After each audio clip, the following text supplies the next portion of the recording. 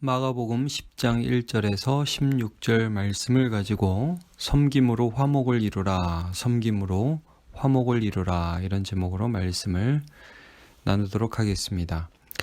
이제 우리가 어제 본문에서는 예수님께서 자신의 이제 순환을 다시 한번 예고하셨죠. 십자가를 통해서 부활하실 것들을 말씀하시고 제자들에게 무엇을 요구하셨냐면 그 예수님을 따라가는 삶이라는 것은 누가 더 크냐 논쟁하는 삶이 아니라 마치 예수님이 십자가를 통해서 우리를 구원하시고 영광에 들어가시는 것처럼 제자들이 또 서로 섬기는 삶을 살아야 될 것을 말씀하셨습니다. 그래서 눈이 손이 발이 범죄하거든 찍어버리라 이렇게 말씀을 하시죠. 그게 뭡니까?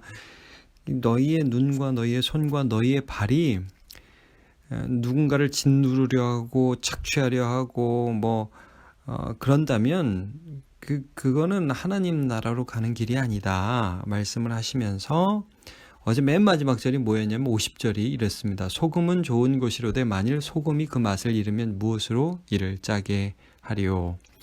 너희 속에 소금을 두고 서로 화목하라 하시니라. 그러니까 소금을 두고 서로 화목하라. 뭔가 이제 관계 안에 맛을 있게 하면 관계가 아름다워지는 거잖아요. 이 소금이 사실은 이제 섬김을 말씀하는 거죠. 서로 예수님처럼 섬기면 그 관계들이 아름다워지는 거예요. 예전에 이제 이런 책을 읽어보신 분들이 많이 계실 겁니다. 우리 제자반에서 다 읽으니까 게리 체프만의 그 사랑의 5가지 언어라는 책이 있지 않습니까? 봉사, 인정하는 말, 이제 선물, 함께하는 시간, 스킨십 이런 것들이 우리 관계를 윤택하게 하고 실제 서로에게 사랑한다는 느낌을 주는 도구가 된다는 말씀이죠. 이제 일종의 섬김을 이 사람 나름대로 생각한 것인데 우리는 구체적으로 이런 그 섬김들을 통해서 관계를 윤택하게 하고 아름답게 하고 그렇게 함으로 내가 조금 더 낮아지지만 그러나 관계는 더 아름답게 할 수 있다는 것을 알 수가 있어요. 이제 오늘 본문에서는 그래서 구체적으로 우리가 이제 섬기기만 한다면 더 아름다운 관계가 될 수 있는 두 관계가 제시되어 있습니다. 하나는 남녀, 이제 부부 관계죠. 또 하나는 어른과 어린아이, 세대를 말씀하죠. 요즘에도 여러분 우리나라에 큰 이슈가 되는 게 뭡니까? 남녀 갈등이죠. 성차별에 대한 문제들. 또 하나는 이제 세대 간의 갈등이죠.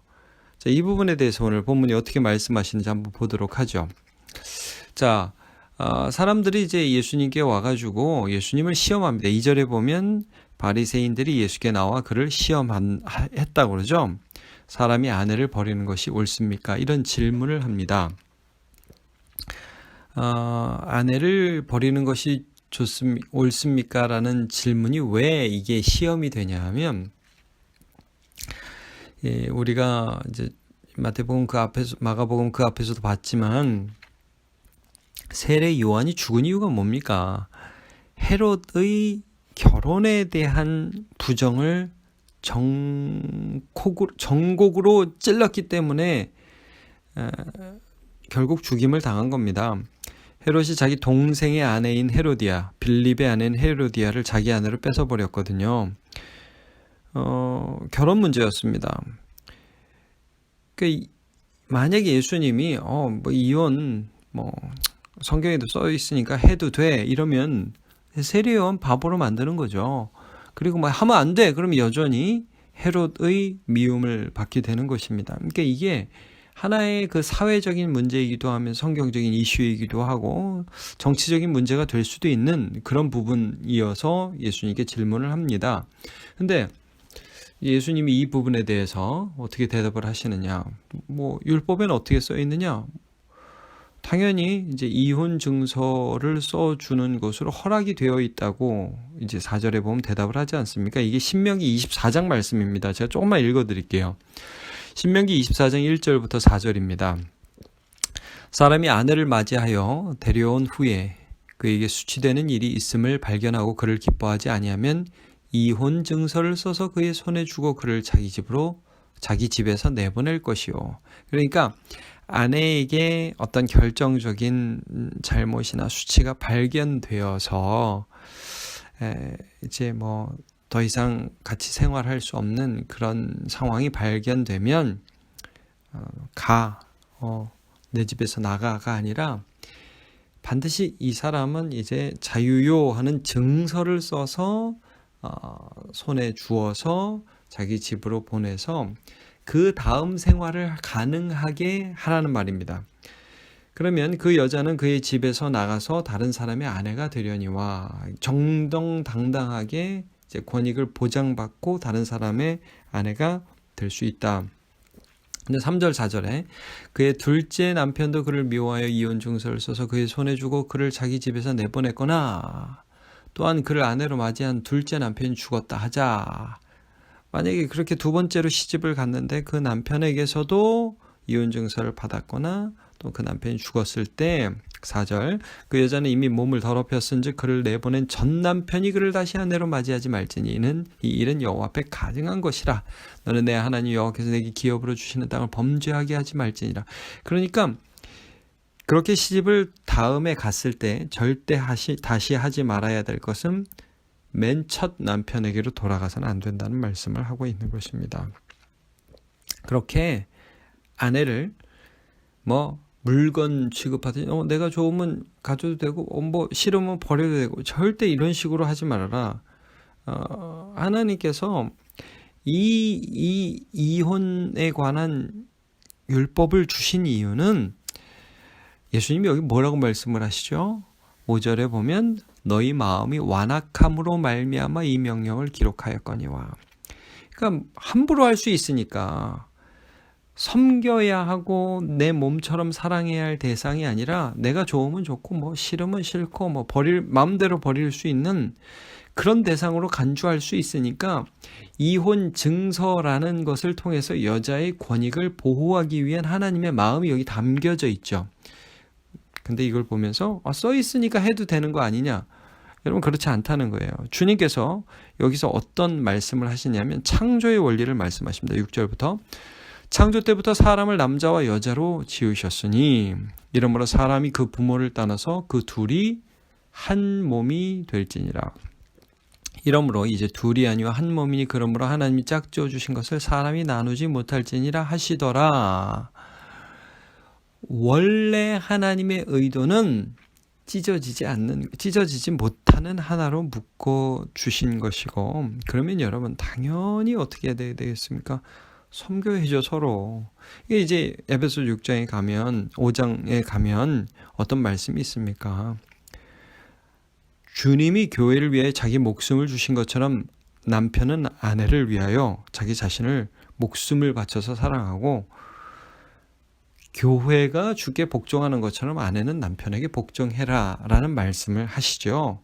서로 자기 자신으로 섬기라는 말씀을 하고 있는 것입니다.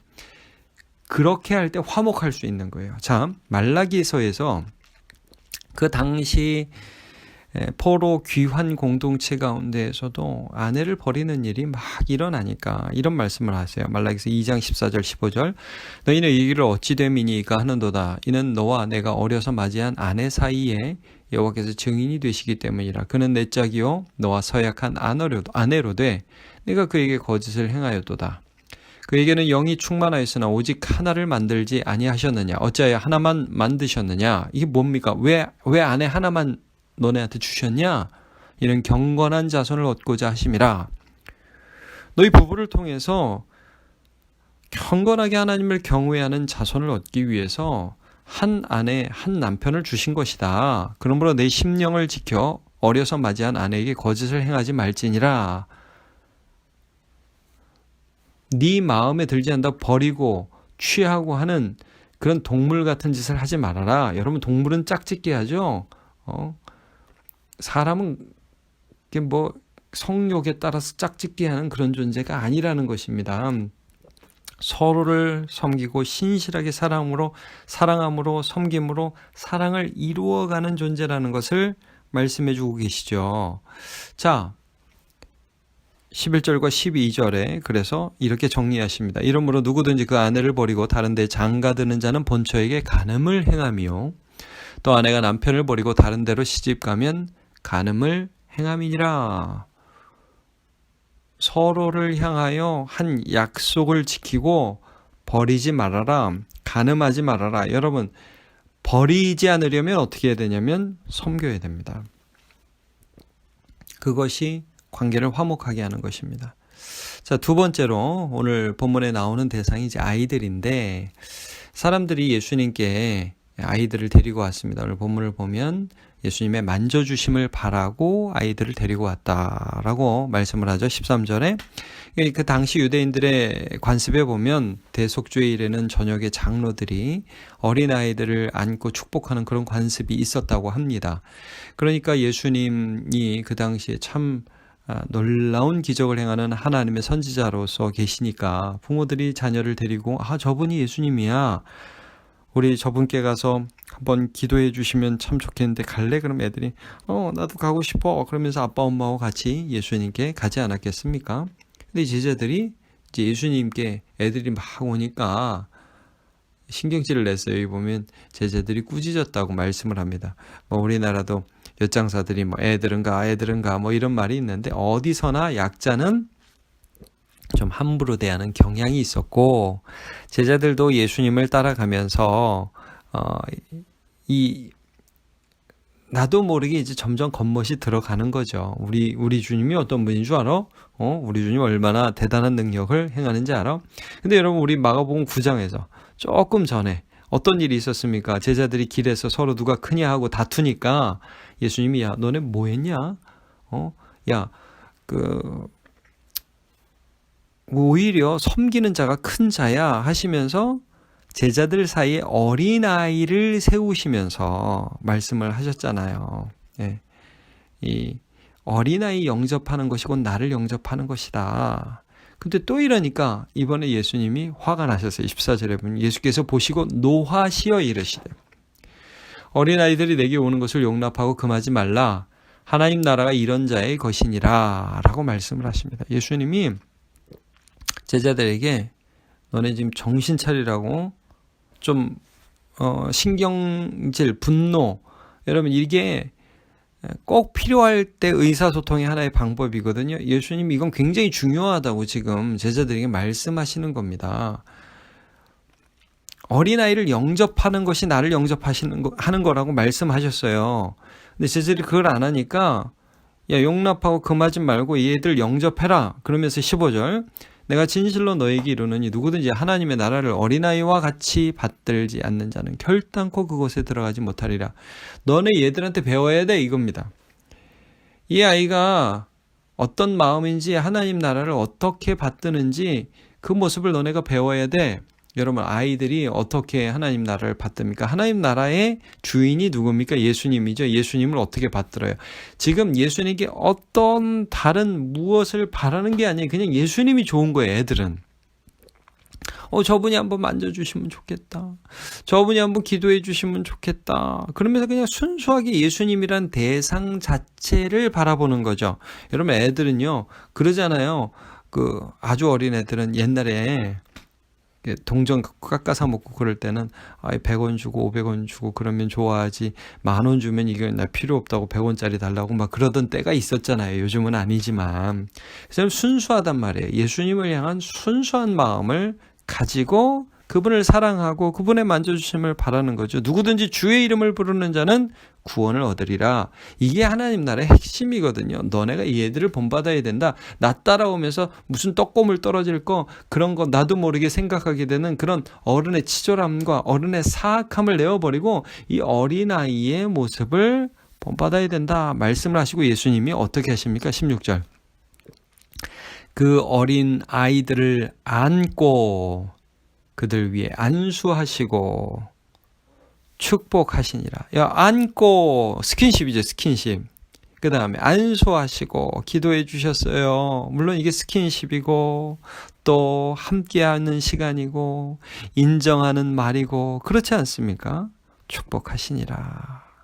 그러니까 여러분 예수님이 어린아이를 영접하셨어요.